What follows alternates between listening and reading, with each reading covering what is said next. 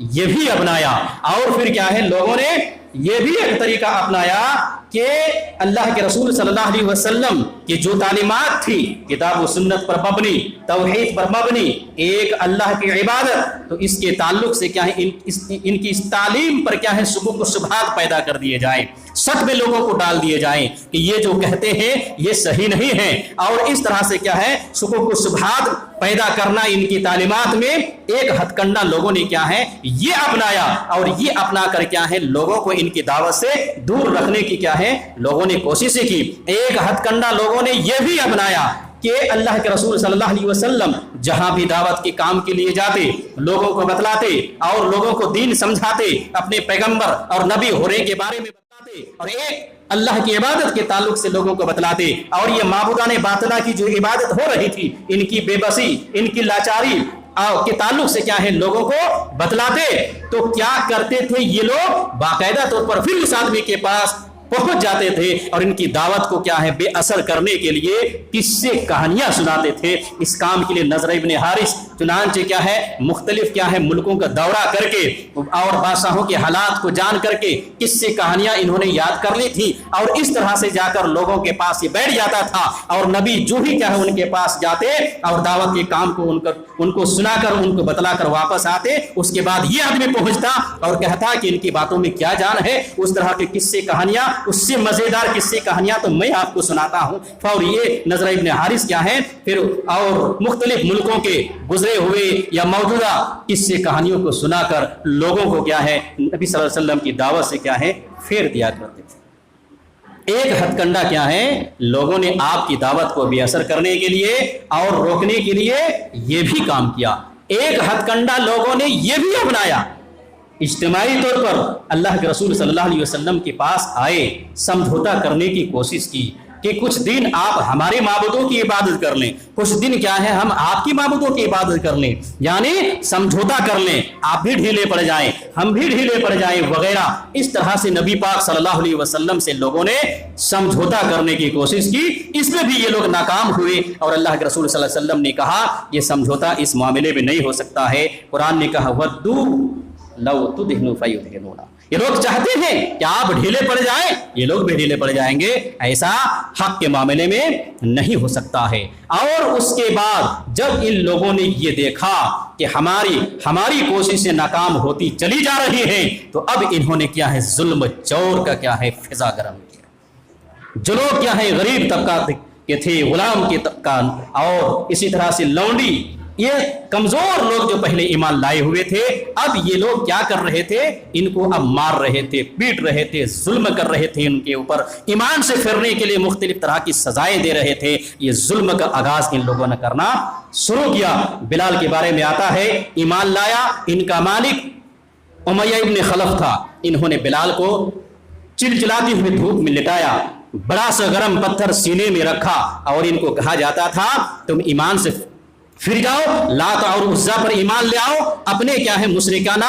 دین پر آ جاؤ، لیکن بلال رضی اللہ تعالی عنہ یہی کہتے احد، یعنی اللہ ایک ہے، ایمان سے نہیں پھرے۔ اسی طرح سے عمار رضی اللہ تعالی عنہ، ان کی والد یاسر ہیں، ماں سمیہ ہیں، تینوں کیا ہیں غلام طبقے کے ہیں، ایمان لائے نبی پاک صلی اللہ علیہ وسلم کے اوپر۔ ان کے مالکوں نے ان کو اتنا ستایا، اتنی تکلیفیں دی، اور اس قدر ان لوگوں کو پریشان کیا کہ عمار رضی اللہ تعالی عنہ کی پیٹ آگ میں باقاعدہ طور پر کیا ہے آگ جلا کر ان کو لٹا دیتے تھے، اور چربی پگھلتی تھی اور اس کی وجہ سے آگ بجھ جاتی تھی، اور پھر بھی کیا ہے ان دشمنوں کو کیا ہے رحم نہیں آتا تھا۔ ان کے والد یاسر رضی اللہ تعالی عنہ اسی میں کیا ہے ان کو مار کے ہلاک کیا۔ سمیہ رضی اللہ تعالی عنہ ان کی والدہ ہیں، ان لوگوں نے کیا ہے ان کو مار کر کے کیا ہے اسلام لانے کی بنیاد پر ہلاک کر دیا۔ یہ پہلی خاتون ہیں، اسلام کی پہلی شہیدہ ہیں، جو اللہ رب العالمین کے نام پر، توحید پر، ایک اللہ کی عبادت پر، نبی پر ایمان لانے کی وجہ سے اسلام کے نام پر پہلی کیا ہے یہ شہیدہ ہیں، سمیہ رضی اللہ تعالی عنہ۔ اللہ کے رسول صلی اللہ علیہ وسلم جب ان لوگوں کو تکلیفوں سے دوچار کیا جاتا اور اس راستے سے اللہ کے رسول کا جب گزر ہوتا تو آپ صلی اللہ علیہ وسلم ان لوگوں کو یہی کہتے تھے، آل یاسر صبر کرو، آل یاسر صبر کرو، تمہارے لیے جنت ہے، جنت کی بشارتیں دیتے اور صبر کی تلقین کرتے تھے۔ تو یہ ظلم کا آغاز کیا، جور کا آغاز کیا عثمان بن عفان رضی اللہ تعالی عنہ کے تعلق سے آتا ہے۔ جب انہوں نے ایمان لایا تو ان کے خود اپنا چچا ہے، ان کو چٹائیوں میں لپیٹ کر کیا ہے اندر سے دھواں دیا جاتا تھا تاکہ اس میں کیا ہے اس کی وجہ سے یہ ایمان سے پھر جائیں اور مشرکانہ مذہب میں آ جائیں۔ لیکن نہ تو عثمان ایمان سے پھرے، نہ تو بلال ایمان سے پھرے، نہ عمار ایمان سے پھرے، نہ یاسر ایمان سے پھرے، نہ سمیہ رضی اللہ تعالی عنہ ایمان سے پھرے۔ جو بھی ایمان لاتا تھا وہ دل میں نقش ہو جاتا تھا، مرنے کے لیے تیار تو ہو جاتے تھے لیکن اپنے باطل مذہب کافرانہ مشرکانہ مذہب پر پلٹنے کے لیے تیار نہیں ہوتے تھے۔ یہ ظلم کا آغاز کیا۔ نبی پاک صلی اللہ علیہ وسلم پر بھی ظلم کرنے کے تعلق سے سوچ رہے تھے، مختلف طرح کے کیا ہے ایذائیں دے رہے تھے اور تکلیفیں پہنچا رہے تھے، لیکن سامنے ہو کر وار کرنا پریشان کن تھے۔ یہ لوگ پریشان تھے اس معاملے میں۔ اللہ کے رسول صلی اللہ علیہ وسلم کی ذات اقدس جنہوں نے 40 سالہ زندگی میں جو ابھی تک نبوت کا دعویٰ نہیں کیے تھے، مشرکانہ مکہ اور کافروں کے مابین سب سے معزز، سب سے مکرم، سب سے افضل ترین انسان تھے مکہ کے سرزمین میں۔ اتنے بہترین انسان ان کی نظر میں کوئی دوسرا نہیں تھا۔ ان کا ایک رعب تھا، ایک دبدبہ تھا، ان کی ایک وجاہت تھی، ان کا ایک وقار تھا، ان کا ایک مرتبہ تھا اور اس کی وجہ سے مجال نہیں تھی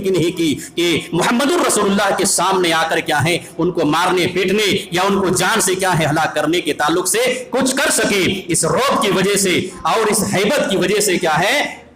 باہر سے تو تکلیف پہنچانے کے تعلق سے تدبیریں تو کر رہے تھے لیکن سامنے آ کر جان سے مارنے کے تعلق سے ہزاروں بار سوچتے تھے کہ کیا کیا جائے، رک جاتے تھے پھر وہیں پر۔ تو کئی بار اللہ کے رسول صلی اللہ علیہ وسلم کو لوگوں نے جان سے مارنے کی بھی کیا ہے کوششیں کی۔ یہ ساری تدبیروں کو یہ اختیار کر رہے ہیں محض اس وجہ سے یہ اپنی دعوت کے کام سے یہ رک جائیں اور باطلانہ مشرکانہ کافرانہ جو مذہب جس پر ہم قائم و دائم ہیں اس میں ہم لوگوں کو رہنے دیں اور اس کے تعلق سے کیا ہے یہ کچھ نہ کہیں وغیرہ، یعنی آپ کی دعوت رک جائے، اس لیے ساری کوششیں ہو رہی تھیں۔ ابو طالب اللہ کے رسول صلی اللہ علیہ وسلم کے حقیقی چچا ہیں، اللہ کے رسول صلی اللہ علیہ وسلم کی حمایت میں ہیں، اگرچہ ایمان نہیں لائے ہوئے ہیں لیکن حمایت میں ہیں، مدد میں ہیں۔ یہ لوگ مشرکین مکہ اللہ کے رسول صلی اللہ علیہ وسلم کے چچا ابو طالب کے پاس آئے، دیکھا کہ دعوت بے اثر نہیں ہو رہی ہے، ایمان کے حلقے میں لوگ داخل ہوتے چلے جا رہے ہیں، کیا کیا جائے؟ ابو طالب کے پاس آئے۔ یا ابو طالب ایک مرتبے والا انسان تھا،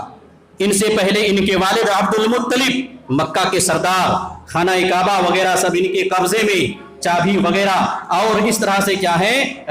یہ دینی پیشوا لوگ تھے۔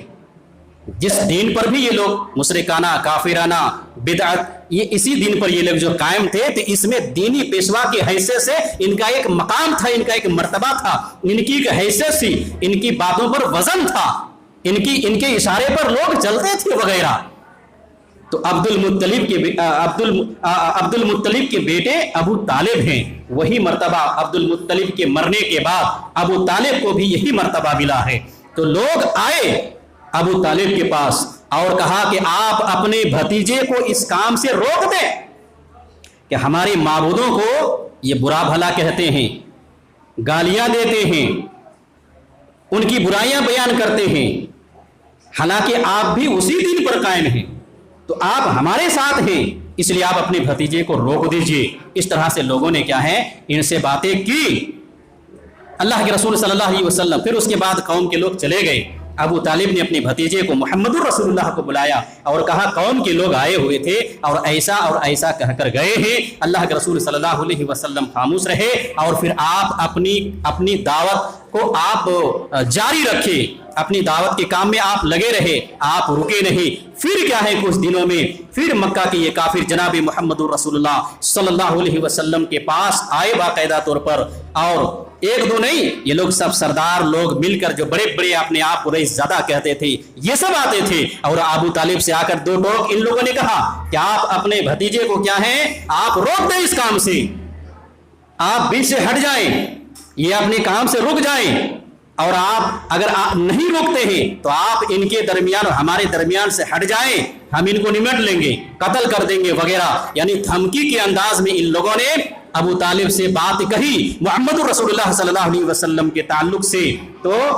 اس وقت کیا ہے ابو طالب بھی سوچنے پر مجبور ہو گئے، چلے گئے قوم کے لوگ، بلایا محمد رسول اللہ صلی اللہ علیہ وسلم کو اور کہا کہ بھتیجے میرے اس ناتواں کیا ہے کندھے پر، کمزور کندھے پر اتنا بوجھ نہ ڈالو کہ یہ کندھا بوجھ اٹھا نہ سکے۔ کہنے کا مقصد یہ تھا کہ آپ اپنی دعوت سے آپ باز آ جائیں، رک جائیں، میں آپ کا سہارا ضرور ہوں، میں مدد بھی کرتا ہوں، لیکن قوم کے لوگ اتنا دباؤ بنائے ہوئے ہیں کہ اب میرے بس سے باہر ہو رہا ہے، میں روک نہیں پا رہا ہوں۔ وہ کبھی بھی آپ کے ساتھ کیا ہے کوئی گھٹنا کر سکتے ہیں، کوئی حادثہ پیش آ سکتا ہے، آپ اپنی دعوت سے کیا ہے رک جائیں۔ یعنی اللہ کے رسول کے سامنے ابو طالب نے بھی اپنی بے بسی کا اظہار کیا۔ اللہ کے رسول صلی اللہ علیہ وسلم اس وقت کیا ہے آپ نے دیکھا کہ جو ہمارے ظاہری طور پر جو ایک سہارا تھے چچا ابو طالب، یہ بھی کیا ہے کنارہ کس ہو رہے ہیں، ہم سے ہٹ رہے ہیں، تو آنکھوں میں آنسو آ گئے وغیرہ۔ ابو طالب نے اپنی بھتیجی کی آنکھوں میں آنسو دیکھتے ہوئے کہا کہ بھتیجے جاؤ، تم اپنے کام کو جاری رکھو، زندگی کی آخری سانس تک میں تمہاری حفاظت کروں گا۔ قوم کے لوگ تھے، دعوت کا کام کو روکنے کے لیے کتنے طریقے اپنا رہے ہیں۔ یہی قوم کے لوگ پھر آئے ابو طالب کے پاس، دعوت کا کام رک نہیں رہا ہے، دن بہ دن بڑھتا چلا جا رہا ہے۔ ابو طالب سے کہا، جناب محمد الرسول اللہ سے کہا، یہ چاہتے کیا ہیں، کیا ان کا مطالبہ ہے؟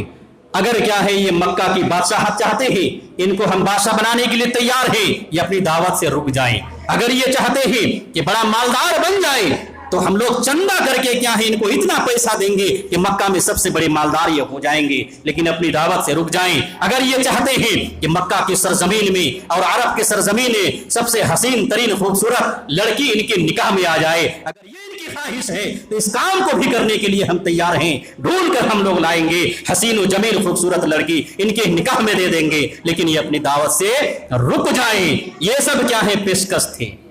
دعوت کو روکنے کے لیے۔ جناب محمد رسول اللہ صلی اللہ علیہ وسلم کی دعوت کو یہ لوگ نہیں روک سکے۔ ایک مرتبہ آ کر ان لوگوں نے یہ بھی کہا ابو طالب سے کہ آپ اپنے بھتیجے اور ہمارے بیچ سے کیا ہے ہٹ جائیں، ان کو آپ کیا ہے ہمارے حوالے کر دیں، ان کے بدلے میں کیا ہے ہم کیا ہے فلاں کا جو لڑکا ہے بڑا خوبصورت ہے اور بڑا اچھا ہے، ان کو ہم آپ کو دے دیتے ہیں، ان کو ان کے بدلے میں آپ رکھیے اور ان کو کھلائیے پلائیے، جانیے کہ یہی ہمارے بھتیجے ہیں اور محمد کو ہمارے حوالے کر دیجئے، ہم ان کو قتل کر دیں گے۔ ابو طالب نے جواب دیا، بڑا ہی کیا ہے تم لوگ ہوشیار ہو، میں بے وقوف ہوں، میں اپنے بیٹے کو تمہارے حوالے کر دوں تاکہ تم انہیں قتل کر دو، اور تم اپنے بیٹے کو ہمارے حوالے کر دو تاکہ میں انہیں پالوں پوسوں کھلاؤں پلاؤں۔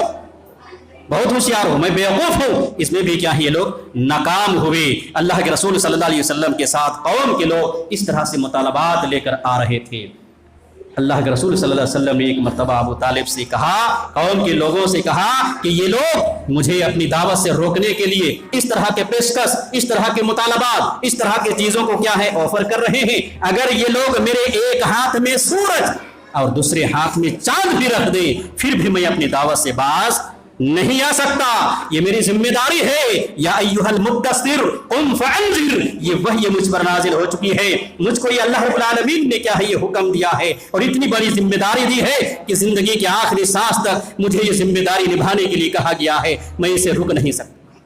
جو چاہے یہ کرے میرے ساتھ، لیکن میں اپنی دعوت کو جاری رکھوں گا، لوگوں کو کیا ہے اللہ رسول کی طرف بلاتے رہوں گا۔ تو اس طرح کے لوگوں نے جناب محمد الرسول اللہ صلی اللہ علیہ وسلم کو ان کی دعوت سے کیا ہے روکنے کے لیے ہتھ کنڈے اپنائے، طریقے اپنائے، لیکن جناب محمد الرسول اللہ صلی اللہ علیہ وسلم کی دعوت کیا ہے رکی نہیں۔ اور منافقین مدینہ جانے کے بعد منافقین بھی اس کام میں پیچھے نہیں رہے، باقاعدہ طور پر کیا ہے لوگوں کو بہکایا، ورگلایا لوگوں کو کہ ان کے اوپر، یعنی جو لوگ نئے ایمان لا رہے ہیں، جو مسلمان ہیں، دوسرے لوگوں سے کہا ہے کہ ان کے اوپر تم لوگ خرچ مت کرو، یہ اپنے ہی کیا ہے تتر بتر ہو جائیں گے، منتصر ہو جائیں گے۔ اس طرح سے منافقین نے بھی کافروں کا ساتھ دیا، اہل کتاب کا ساتھ دیا وغیرہ۔ باقاعدہ طور پر کیا ہے قرآن نے کہا ان الذین یحادون اللہ ورسولہ اولئک فی الاذلین کتب اللہ لاغلبن انا ورسلی ان اللہ قوی عزیز۔ سورہ مجادلہ کی آیت ہے، جب کافر اور مشرکین مکہ اور اس طرح سے کیا ہے ظلم و زور کا ان لوگوں نے آغاز کر دیا اور دن بہ دن کیا ہے لوگوں کو ستاتے رہے اور دن بہ دن لوگ ایمان کے حلقے میں کیا ہے بڑھتے چلے گئے، اللہ کے رسول صلی اللہ علیہ وسلم کی لوگ مخالفت میں کیا ہے ادھر آئے۔ ان الذین یحادون اللہ ورسولہ، کہ یہ لوگ کیا ہیں اللہ اور اس کے رسول کے مخالف ہیں، دشمنی برتتے ہیں، اولئک فی الاذلین، یہ لوگ کیا ہیں ذلیل اور رسوا والے لوگ ہیں، ذلیل لوگ ہیں یہ لوگ معاشرے میں جو اللہ اور اس کے رسول کی مخالفت کر رہے ہیں۔ قرآن نے یہ بیان فرمایا کہ جو اللہ اور اس کے رسول کی مخالفت کرتے ہیں یہ معاشرے میں سب سے ذلیل لوگ ہوتے ہیں، سب سے بدترین لوگ ہوتے ہیں، سب سے گھٹیا لوگ ہوتے ہیں۔ کافروں کے بارے میں کہا اب یہی روش کوئی اگر اپناتا ہے اس وقت بھی قرآن کی اس آیت کی ضمن میں سب سے بڑا گھٹیا، سب سے بڑا ذلیل بلکہ جانوروں سے بدتر انسان ہوتا ہے جو اللہ اور اس کے رسول کی مخالفت کرتے ہیں۔ ان اللہ یحادون اللہ ورسولہ، جو لوگ اللہ اور اس کے رسول کی مخالفت کرتے ہیں اولئک فی الاذلین، یہ لوگ سب سے گھٹیا سب سے ذلیل قسم کے لوگ ہیں۔ اور سن لو اللہ رب العالمین نے بیان فرمایا نبی کی زبانی، انہیں اعلان کر دو، انہیں بتا دو جتنی بھی ان کو دشمنی کرنی ہے، جتنا بھی ان کو ستانا ہے، جتنا بھی مسلمانوں کو پریشان کرنا ہے، قتل کرنا ہے، گھر بار چھوڑنے پر مجبور کرنا ہے وغیرہ، جو کچھ بھی ان کو کرنا ہے ان کو کرنے دیجئے، لیکن انہیں تم اعلان کر دو کتب اللہ لاغلبن انا ورسلی، اللہ رب العالمین کا یہ اٹل فیصلہ ہو چکا ہے کہ غالب اللہ ہی رہے گا، غالب اللہ ہی رہے گا۔ کتب اللہ لاغلبن، اللہ رب العالمین نے یہ فیصلہ کر دیا ہے کہ غالب میں ہی رہوں گا، انا ورسلی، اللہ کہتا ہے کہ میں غالب رہوں گا، میرے رسول ہی غالب رہیں گے، یعنی بالادستی اللہ رب العالمین کے حکم کی ہوگی، بالادستی نبی پاک صلی اللہ علیہ وسلم کی ہوگی اور مومنین کی ہوگی، یہی لوگ غالب ہوں گے، یہی لوگ فتح یاب ہوں گے، یہی لوگ کامیاب ہوں گے، یہی انہی لوگوں کی حکومت قائم ہوگی۔ اور جو بھی یہ پروپیگنڈا کر رہے ہیں، جو بھی یہ کیا ہتھ کنڈے اپنا رہے ہیں دعوت کے کام کو روکنے کے لیے، یہ ذلیل ہیں، یہ رسوا ہیں اور یہ کیا ہے مغلوب ہونے والے ہیں، اور اس طرح سے کیا ہے یہ لوگ معاشرے میں خود ہی کیا ہے یہ منتصر ہونے والے ہیں۔ ان اللہ قوی عزیز، اللہ رب العالمین قوی ہے، طاقتور ہے، عزیز ہے، غالب ہے۔ تو اس طرح سے مکہ کی سرزمین میں کافروں نے جناب محمد رسول اللہ صلی اللہ علیہ وسلم کی دعوت کو بے اثر کرنے کے لیے مختلف طریقے سے کیا ہے طریقے اپنائے، ہتھ کنڈے اپنائے، کتنے طرح کی انہوں نے کوششیں کی، اور اخیر میں جا کر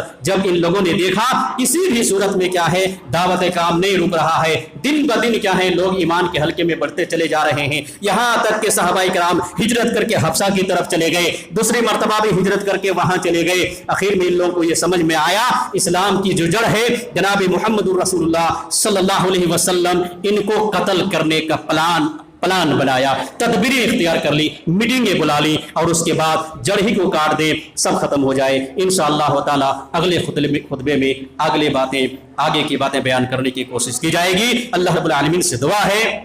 کہ اللہ تعالیٰ ہم تمام مسلمانوں کو صحیح معنوں میں قرآن و احادیث کو سمجھنے کی توفیق عنایت فرما اور ان کے مطابق عمل کرنے کی توفیق عنایت فرما۔ اللہ رب العالمین ہم سب گناہگار ہیں تو ہم سب کے گناہوں کو بخش دے، معاف کر دے۔ جو لوگ بھی ایمان کے حلقے میں ایمان کی حالت میں دنیا سے جا چکے ہیں اللہ رب العالمین تو ان کی مغفرت عطا فرما۔ جہاں کہیں بھی مسلمان پریشان حال ہیں اللہ رب العالمین تو ان کی پریشانی کو دور عطا فرما۔ ربنا ظلمنا انفسنا وان لم تغفر لنا وترحمنا لنكونن من الخاسرين۔ ربنا آتنا في الدنيا حسنة وفي الآخرة حسنة وقنا عذاب النار وآخر دعوانا